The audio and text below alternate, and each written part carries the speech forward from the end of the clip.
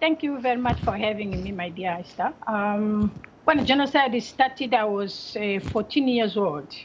So we are running, seeking for refuge, running without knowing where we're running for. There is a time I fell down. And then I committed a vow to God. I said, Lord, if you protect my life and I survive, I will help orphans. So we end up in a refugee camp where my mom was killed, my grandpa, my uncle, my auntie, my cousins, they were all killed.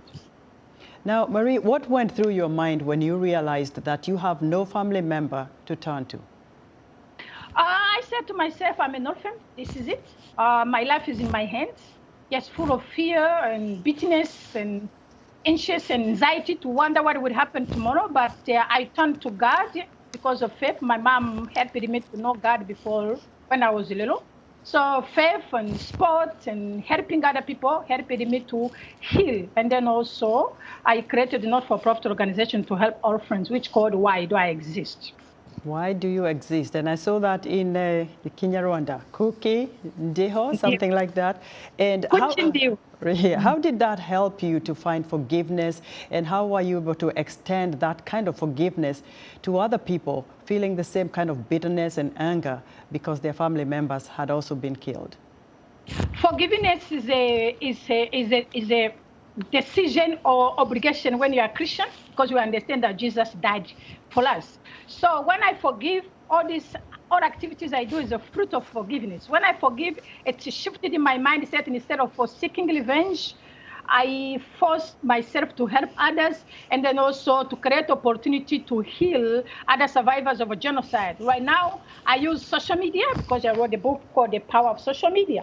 I use social media to communicate through for volunteers and people of goodwill to help orphans cope with trauma. And then also we correct sneakers. We collaborate with different schools, churches here in America to send sneakers in Rwanda. We recently get sneakers from Japan.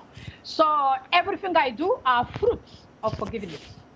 Marie, how did you find your way to the United States? And I understand you also visited the White House. It was my dream to come to America. I won a scholarship. I was chosen between 600 applications in the world by a theater well-known Robert Wilson. That's how I end up in New York City. So going to Washington, D.C. is because I was involved in different activities. I believe as a survivor, it's my duty to promote peace, promote healing, to help other people. That's how we end up at the White House during Obama's administration, where we're praying for the safety and then peace of this beautiful nation, America. Have you been back to Rwanda since? I have my organization there. I do many activities, as you can see, to govern a not-for-profit is not easy. I always run around building relationships, sending volunteers, writing books.